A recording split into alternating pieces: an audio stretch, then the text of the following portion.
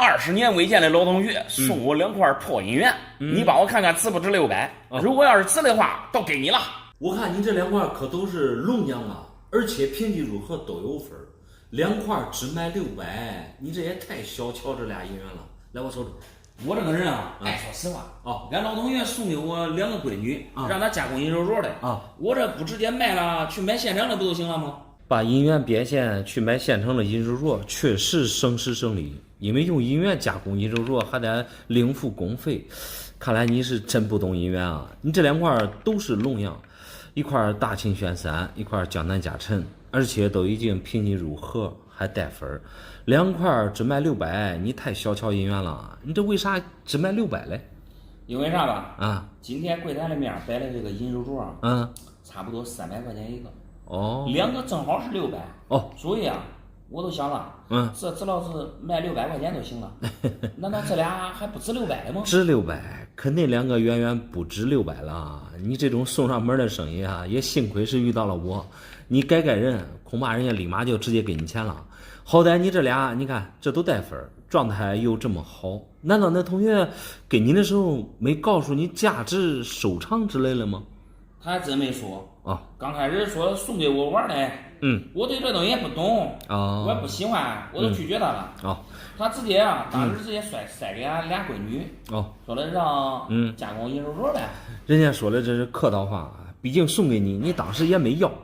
说给闺女加工银手镯这都是客套之举，目的还是要送给你，只不过是你没有迷瞪过来。一般玩银元可不会拿银元去加工银手镯，看来你们俩关系还不错。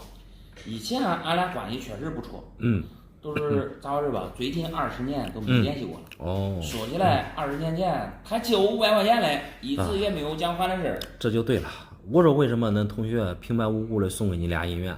他的目的很明确，意思应该就是补偿借你那500块钱。毕竟20年前500的购买力也不小，时间长了，那同学还记得你好嘞。我听明白了。你的意思是俺这个老同学用这俩银元抵账了。差不多。这么说的话，我多少还赚到一点便宜啊。相对比你借你那500，这俩银元可不是一点半点的便宜，因为2块龙样都已经评级入盒，而且还都带分，现在也都有一定的市场价。过去人不懂，才会傻乎乎的拿去银元加工银手镯。现在毁坏你加工银手镯那一批人都后悔了头撞墙。而你这俩都已经评级入盒了，盒子币去加工银手镯根本不会有人信。单说里边最便宜的这个江南嘉诚，笔面你看这是原汁原味的状态，这算是在生龙里边最便宜的银元了。就你这个 AU 50分的状态，怎么着也得3000左右了。而另外一块大清玄3，标准龙阳3000克之一，看版面的话，应该是一个前半龙。好在你这个笔面状态还不错，大清主要是看它的画质，你看你这个画质高挺，而且笔面还带点墨，还带低光，算是 AU 级别里边各方面状态不错的了。恐怕现在这一块也得7、8千。照你这样的说，这2块加在一起，最起码得1万了。对，过万。幸亏我没来得及毁坏，要不然这是后果不堪设想啊。那对你毁坏加工银手镯的话，一旦烧化，那就是2个的废银子而已。银元的含银量它只有89%左右，你想想，现在4个9的主银才7块多钱一颗，所以你烧化之后它就不值钱了。而你这好歹这都是盒子币，这不挺好了吗？那以前加工银手镯那一批人估计亏的流鼻血。那是，这真是没文化，真可怕。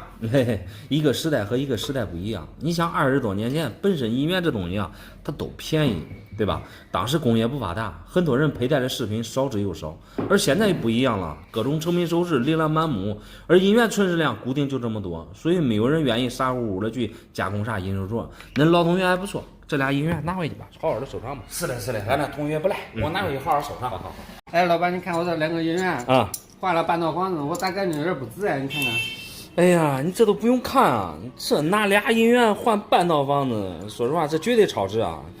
咱别的城市咱房价不了解，都说咱这当地的这个房价吧，这随便是吧？你买一平也得个4、5千换半套的话，你都看50平方算，那都10、20万了。你没听明白我的意思吧？我的意思是拿这2块银元换半套房子太吃亏了。一点都不吃亏，这俩银元我看这都是普通的年份，能换半套房子，谁换谁赚。明说吧，这俩姻缘不是我的。啊。我才结婚2个月，然后俺媳妇儿准备用这两个姻缘换成我半套房子。哦。你先帮忙看真的假的。这个首先真假是没啥问题，因为这俩这都是我们平时最常见的这个大头，比面包浆这都是一眼开门的。才结婚2个月，恁媳妇儿用这俩姻缘换出你半套房子，这究竟是咋回事？这俩姻缘吧，是俺媳妇儿的陪嫁的姻缘。哦。本来是4个。哦。因为感情不和，然后他给我2个，他自己带走2个。哦。因为分钱的房子写的是俺俩的名字嘛。哦。所以说他想分成半套房子。哎呀，这个我总感觉哪里不对啊！我给你简单的捋一捋，恁结婚才2月，对吧？对呀。啊，你们俩因为感情不和闹离婚，这你们结婚前买的房子写的是恁俩的名字，我想请问一下，那房子是多少钱买的？这钱又是谁出来的？那房子是俺家买的，全国卖的70多万。因为当时我们谈恋爱嘛，彼此感情都很好，所以我当时加到了名字了。没想到结婚以后，我对他不了解，所以我们经常生气。哦，其实2个年轻人结婚啊，一定得多了解对方，尤其是他的性格跟脾气，对吧？就像你恋爱的时候，面对的啥事儿，对不对？都比较轻松。当婚后的这个柴米油盐啊，是不是？你这吵架生气成了家常便饭。但是你这房子好歹啊，也是父母全款给你买的，你不能因为写他的名字就分走一半啊！你这也太吃亏了啊！那我感觉有点亏，但是不是有这俩姻缘嘛？我听说一个能值10来万，这样我心里也好受点。哎，你主要是对姻缘不了解，如果了解的话，你就该有想法了。听别人说一块值好几万，那都是没有任何根据的。就你这俩都是平常常见的冤大头，冤大头总共发行了4个年份，3年、8年、9年和10年，最值钱的是8年，而你这俩你看常见的3年和10年。先来说他们俩的版，就说10年吧。这个10年里边，说实话最常见的版大名誉品是它的数点年，像什么缺口罩、双肩章，这都是它的名誉品，这都是万里挑一的少。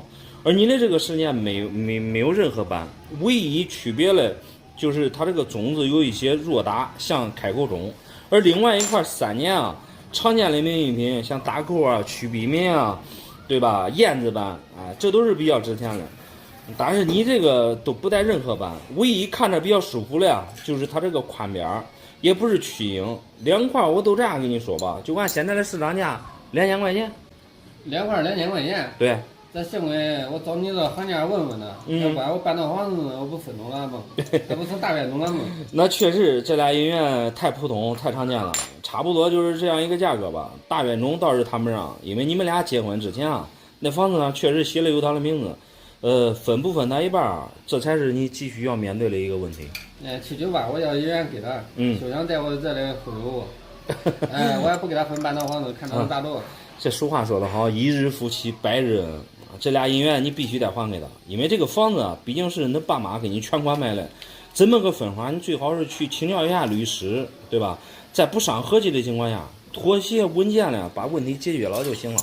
好嘞，总，好，谢谢啊，老板。没事没事。好，俺这个女婿啊，太抠门了。这8月15上俺家来走亲戚，竟然给我2袋冻奶粉，我看这个姻缘8成也得是假的。你先别生气，有一句话说的非常好，礼轻情意重。来，我先看看是啥的姻缘。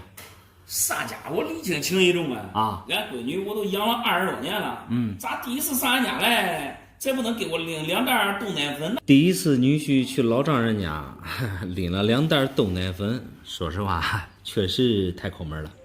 但是你拿过来的这个姻缘啊，这是一块冤大头的原光币，而且还是一块 MS63的高分。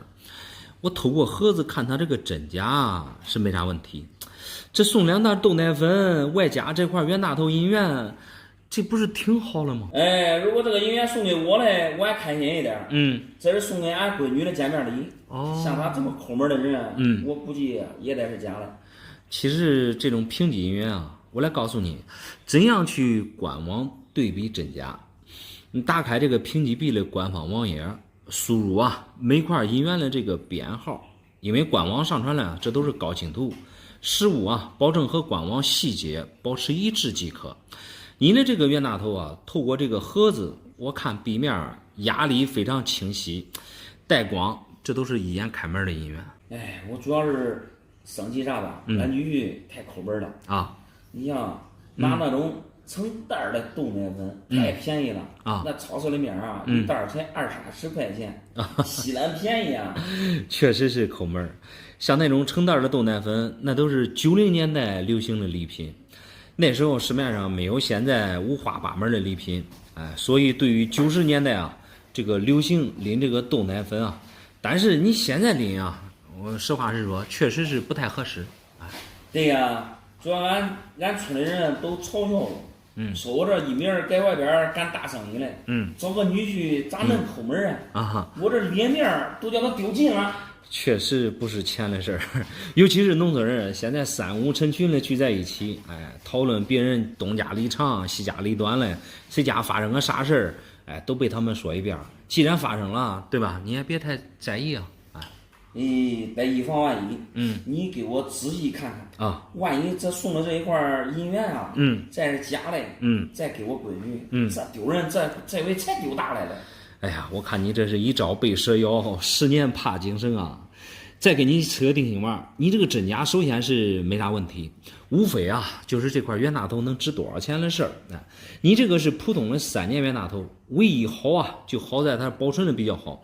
你看它这个壁面，它是带光的，完全是没有流通过的品相。像这种品相啊，就相当于我们现在的钱，新嘎嘎的从银行里边取出来，从来没有拿出去花过，一直完润无痕的保存到现在。最重要的是你这个银元壁面它带光。现在市场价来看的话 ，MS63 大概在2000左右吧。你说的恁好，这才值2000块钱嘛？对，这让我更生气了。人家订婚都是10万8万啊，这他这个可好啊，给了一块这么廉价的银元。确实是和别人10万8万的彩礼没法比，但是好在送银元啊，寓意比较好。银元，谐音银元，圆圆满满。无论咋说吧。这个银元也好，10万8万的彩礼也好，这都是身外之物。只要闺女啊和女婿感情好，对咱当父母的来说啊，比啥都强。得了吧，有这2件事啊，叫我害惨了啊！这如果传出去了，那俺村里面的人估计得把我笑掉大牙。还是那句话，现在年轻人定亲结婚啊，都追求那个简约化了，新事新办，只要女婿是潜力股，能给闺女幸福。比啥世俗啊、攀比啊强太多了，你也不必太在意别人怎么看。你回去啊，还是问问闺女咋想，你再做打算。打算啥呀？我已经替俺闺女做决定了啊，一定得分手。谨慎。这样哥真是太不懂事了啊！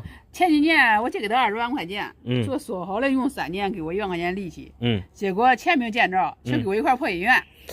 其实这个银元就是钱啊，在急用钱的时候都可以变现。我看你这是一块乳皮盒的造种，说实话味道还不错。盒子壁你看虽然说没给分，这好歹也是龙阳3剑客之首的造种，个人感觉啊，要比那1万块钱啊高多了。你这个很明显是误会那个了。老板，你别站着说话不腰疼了。他外面盒子再漂亮，他也不就一块破银元吗？那是。我都去今天问过了啊，人家说银子也就10块钱一颗。你可拉倒吧，这个银元咋可能是10块钱一颗嘞？因为银元啊，现在它是属于无机文物了。你这个拿金店去问价，只能说是走错了地方。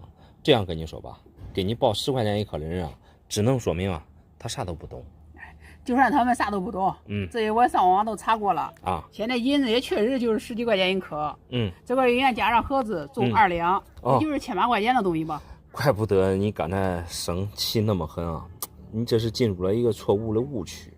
首先，银元并不是按重量来算的，无论它有多重，它这个价值啊和银价并没有任何关系。因为银元虽说是银子做出来的，但是它这个存世量极少，完全是看品相来报价的。不管怎么说，俺哥他都是不懂事儿。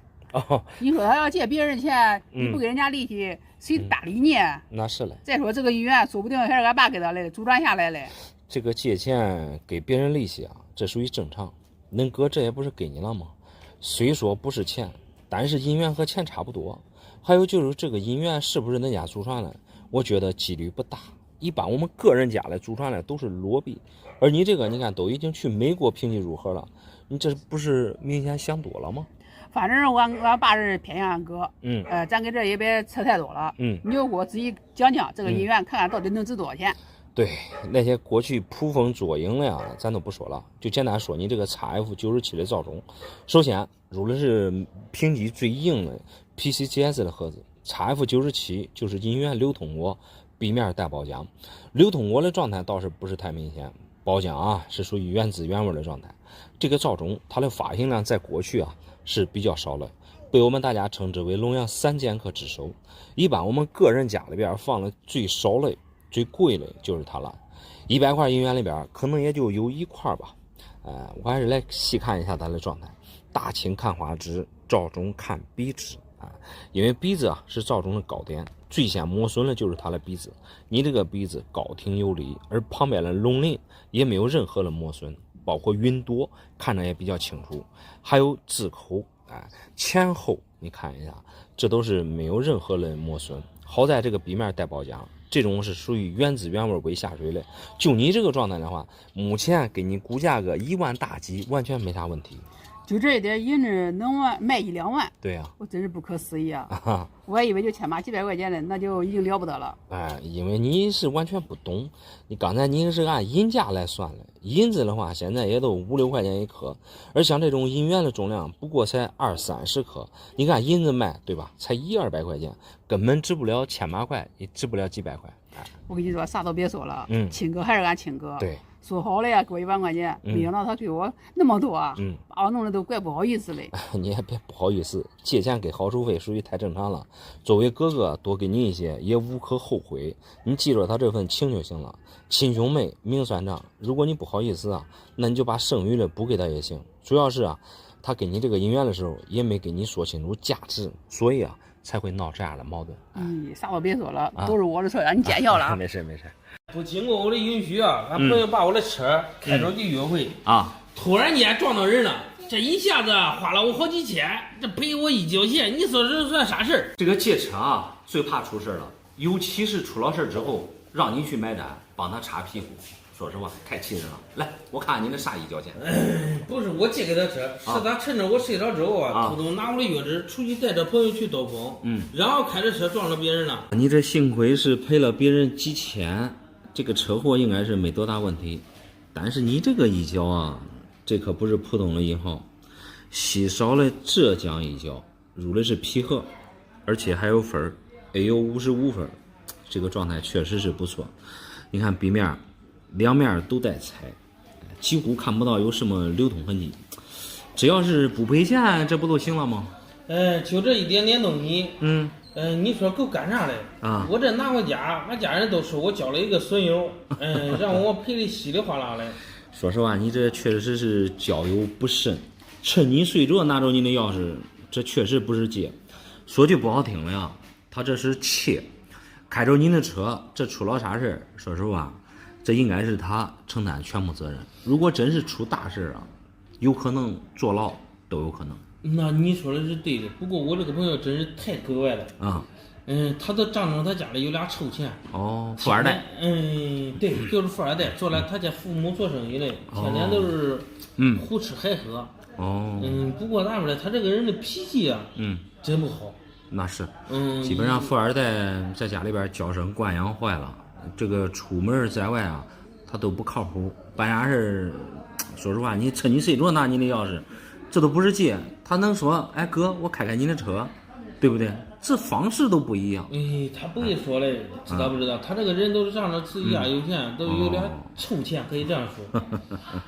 那确实是交友不慎。通过这个事儿啊，你可以看清楚他的另一面，就咋说啊？就是这个人不太靠谱，不可交。那确实不可交。这幸亏是没出大事，出大事我跟你说，所有的责任、所有的钱都得你去赔啊。是的，这我不是让他赔钱了吗？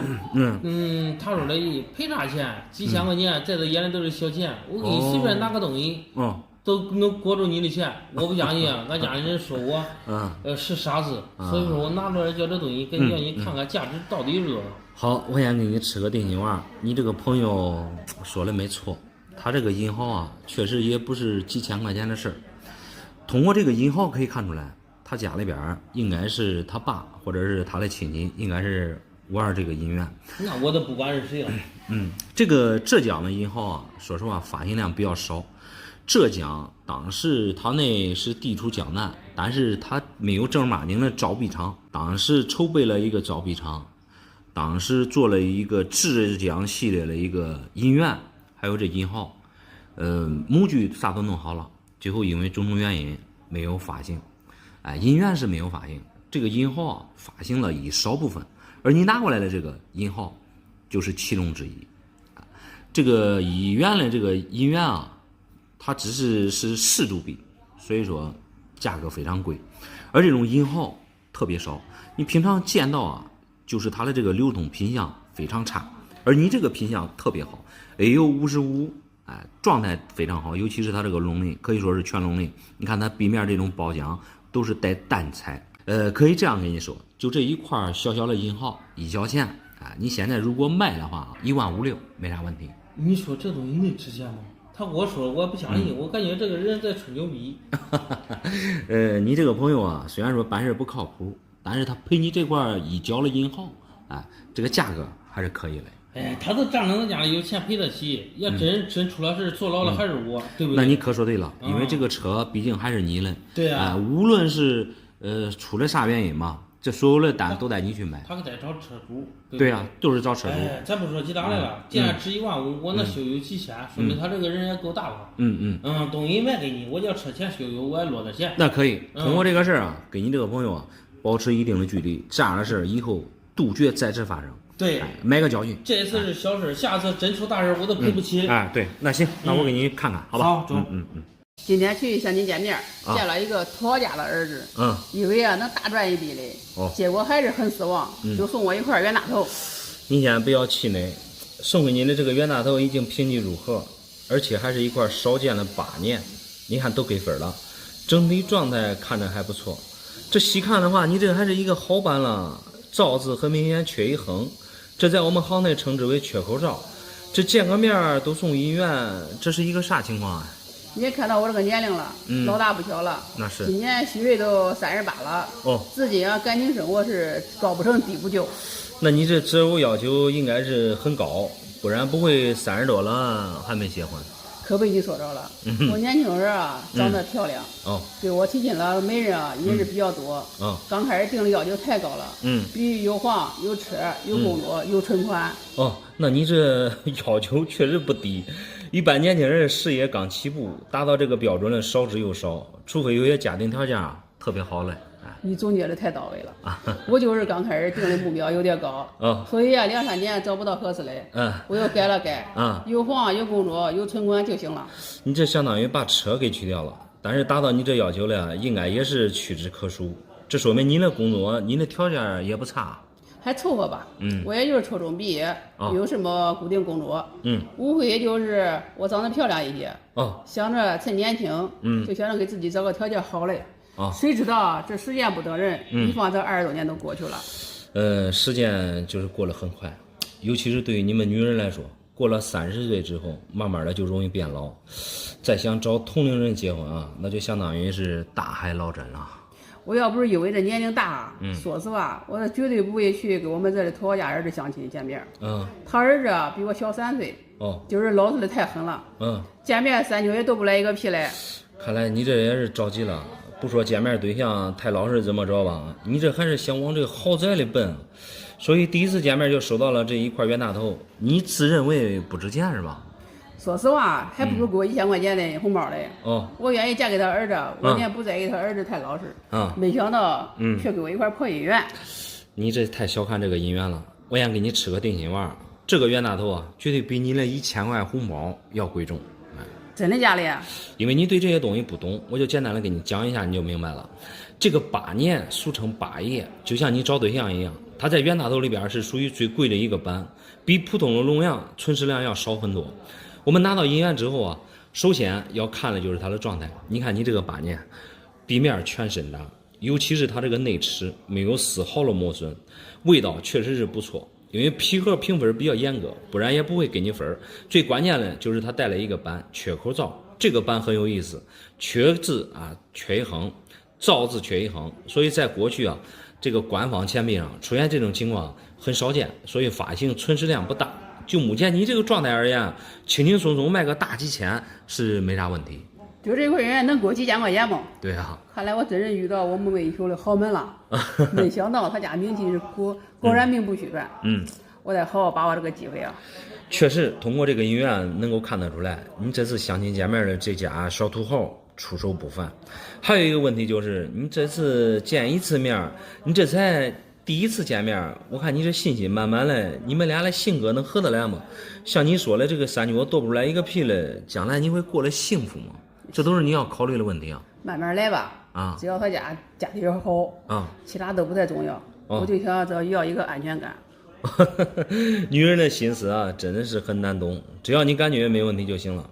银元盒子很脆，你拿的时候啊，尽量别摔在地上就行了。毕竟这个东西啊，也是你的这个定情信物，我也不说你卖不卖了，拿回去好好的放着吧。好嘞，谢谢老板啊。没事。前3个月竟然不给我交房租，电话联系不上了。我打开他的房间，从桌子上拿了他一块这个银元，你给我看看值不值2千？即使再欠你的房租，你拿别人的东西也不太合适吧？来，我先看看你的东西。我那单间1个月400块他压来只有2个月押金。我再不拿他点东西，那他欠我的房租岂不打水漂了？我先来看看你这个银元，严格的来说啊，这个并不是银元，这个是银号。银元比这大多了。这是过去的伏笔，可以肯定一点的啊，就是你这个房租它跑不掉了，你把心放到肚子里。这个银号啊，这可不是便宜的银号，这是利隆一角入的是 PCGS 的盒子。你看，虽然说没给分 ，XF92 就是流通过，壁面有清洗，但是你这个龙鳞漂亮啊，这龙鳞说实话真漂亮，字口也算是全字口，流通痕迹很少，状态不错。我建议你啊，还是把这个银号给你的租客还回去，直接给他要房租。我肯定不会还回去啊。这租房子一般这都知道，先交钱才能再租房，对不对？对。他这可怪好，一直不给我交房租，接推免没退后，天天给我推，这现在呢直接不接我的电话了，一下子拖了3个月。对呀，拖了我3个月，我不去拿他的东西，我咋呢？我不能白白的给他，对不对？其实这个不交房租啊，你作为房东来说，你有一定的责任。为什么这么说？因为这个租客肯定是先交房租再租房。就像他离还有1个月的时候，你应该友情的提示一下，不会出现他欠你3个月这种情况，对吧？更不至于联系不上。你说的对，这我也知道。这之前我们租房子，就是下个月该到期了，我都提前1星期给他们去要房租了。他最多拖个2-3天。对。这是咋回事吧？你看现在房子不是不好租吗？那是。这他嘞好像是一个就是开个宝马，应该是干生意嘞。我想着他拖到呗，是吧？你也不差钱儿。我明白了，你感觉着这个租客他是一个优质租客，加上现在这个房子也不好租，所以说你也没好意思去催他，更不相信他会一下子拖你3个月，对吧？对，你说这是对的。那是这个利隆一角，你看咋处理吧？我肯定要卖了，我不卖了，我的房租从哪来？我不能光叫他欠着我呀。我给你简单的说一下，你拿过来这个利隆一角啊，我感觉你对这个银号不懂。这个银号啊，不要看它小，就感觉值个1-2千块钱。但是这个银号有时候啊，物以稀为贵，它越小越是精品。就像过去像这种银号，它的这个存世量非常少，保存完整下来了也更少。你看你这个，刚才我都看了，这虽然说是没给分，但是这个利隆的龙鳞，你看一下，龙鳞非常好，保存的非常好。一般像这种银号啊，它极难保存，所以说在流通的过程当中啊，这个龙鳞没有磨损，这是一个好现象。另外看字面的话，全字口，流通痕迹也不是太明显，就这个利隆一角，我就这样给你估，就这一块啊，估个2万块钱，现在的市场价没啥问题。这个给我卖2万嘛？对。那你赶紧给我收了吧，我把我3个月的房租扣下来，剩下来的钱我还给他，我不占他的便宜。你的意思是卖2万，然后扣掉1200，剩下来18800，然后还还给他？对，我1毛钱便宜也不占他的。其实我感觉你这是多想了，你最好不要卖他的东西，你何必多此一举呢？把这个银号，你给他放着，这个是利益最大化。假如有一天他说他这10万买的，你只卖了2万，你岂不是倒赔他钱吗？还有就是你没有经过别人的同意，私自打开别人的门去拿东西，这也不妥，对不对？哎，你也可以考虑一下，是对不对？整，我回去我再给他打电话联系，不中了我都必须来给他卖。对呀，这个东西搁这压着了，你还怕啥？他别说3个月，他都是欠你3年，你那房租跟他闲着还是闲着，对不对？中，你说的对，谢谢你老板。没事。这5年前俺爸买100万买了一块银元，现在他急着用钱嘞，你可以看看他这5年赚了多少钱。5年前买了这个银元，对，这个是大名鼎鼎的贵州汽车币啊。5年前买，只能说你胆子够大。100万买裸币的话，如果是真的，确实赚大了。第一，5年前那时候啊，银元便宜，你放到现在绝对是有钱赚。第二，你这个汽车币品相状态都特别好，这币面几乎是看不到有什么流通痕迹。看来你爸这胆子够大，竟然敢碰裸币。这跟你说实话，这是俺爸通过俺哥买的，要不是这急着用钱，也不知道，也不会拿出来卖。那是，按理说恁哥也不会忽悠恁爸，毕竟恁哥也是恁爸的亲儿子。但是话又说回来啊，100万也不是一个小数目了。一般像我们经常玩银元的啊，通常都为了保险起见，像买这么贵重的银元啊，100%都会买那种入盒的，像咱国内的公博啊，国外的 NGC、PCGS 带盒子啊，安全才有保证。买这种裸币啊，除非恁懂，哎。俺爸他也不懂，农村人一下子有100万，不知道该干啥好。那是。5年前我们这里拆迁，俺爸妈分到100万赔偿款，当时我想着一个人分50万的，对，结果俺哥不同意，没想到他背着我，还是给俺爸买了一个这。啥都不懂就买一个银元，而且还花那么多钱。我说句实在话啊，那100万当时还不如你跟恁哥，那俩当时就分了，因为这个农村人啊，大多都没见过啥世面。一下子有100万也不知道干啥好了，分了啊，总比买任何东西强，不至于啊，急用钱的时候，对不对？再犯难，哎。俺哥当时说，这晃着钱贬值快，不如把钱把买成东西。他给俺爸灌输了思想，就是，反正急着用钱，不求赚多少，保本就行。哎呀，其实恁哥说的也没错，放钱不如买成东西，尤其是这种军阀币，它发行量少，如果买真的话，这几年不说翻番吧，赚个几十万也是轻而易举的。那啥都不说了，你看给多少钱嘛？这，我给你简单的说一下这种汽车币，这个是当时民国贵州省主席周锡成设计发行的，他也是唯一把汽车啊当成货币发行的银元。这个银元啊，就当时就发行了几万枚吧。加上这100多年的洗礼啊，真正留下来的太少了，就这随便拿出来一块也得几十万。而你这个品相可以说是未流通的状态，如果是真的啊，200万完全是没啥问题啊。那今天能给我们钱吗？你说多少钱啊？看。那你先不要感慨，我说这200万的前提啊，这个银元必须得是真的才行。而你这种汽车币啊，我说实话我也经常见。首先你看它这个币面压力达不到，尤其是它这个字口，比较浮。而且它这个边齿啊也过于规整，另外币面的包浆更不行了，这种黑黑的包浆啊不太自然，所以这个汽车币啊我看像假的。难道会是假的不成？对那你看能值多少钱？假的它都不值钱，因为银元这个东西啊，玩就玩它一个年代感，像这种新出的银元啊是没有人玩的。你市面上卖的话，如果是银子也就100-200块钱，不是银子，说实话艺术品的话也就几块钱一个，这就是大概它的一个价值。那哥不会拿个假币给俺爸换成100万吧？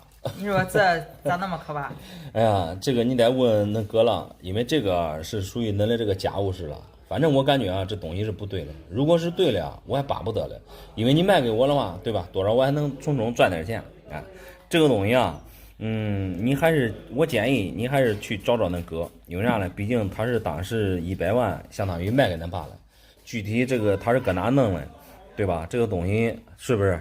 看他把钱都弄哪去了？这需要你们一家人好好的商量了。给他吧。走呢，回去再看看。好。 5年前啊，买了几十块银元，现在应该是赚了不少钱，卖几块银元变点钱。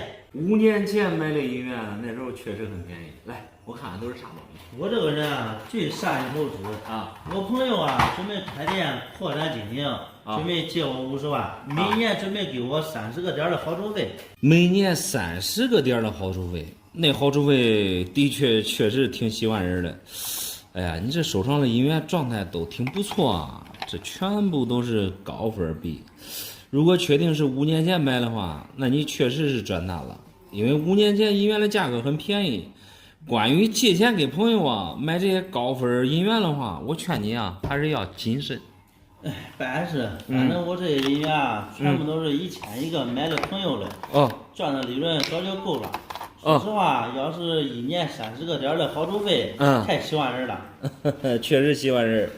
1万块为例的话，1年30个点的好处费就是3000了。如果按50万来算的话，1年好处费差不多就15万了。问题的关键是啊，那朋友干的啥生意啊，能一下子有那么多盈利？俺朋友是开饭店的，他家店啊在我们这里已经经营几十年了，老牌子了。因为今年啊他家搞扩张加盟，平时总店生意利润还是非常高的，所以我不怕。确实干餐饮的利润挺高的，基本上都是对半利吧。但是搞加盟分店的话，确实花费也是挺大的。有句话说的非常好啊，不怕1万就怕万一。你要是平时像我们普通人啊，如果能给30个点的好处费，基本上都是肉包子打狗，有去无回，因为这个好处费啊太高了。几十年的老关系了，我也不怕他不还钱。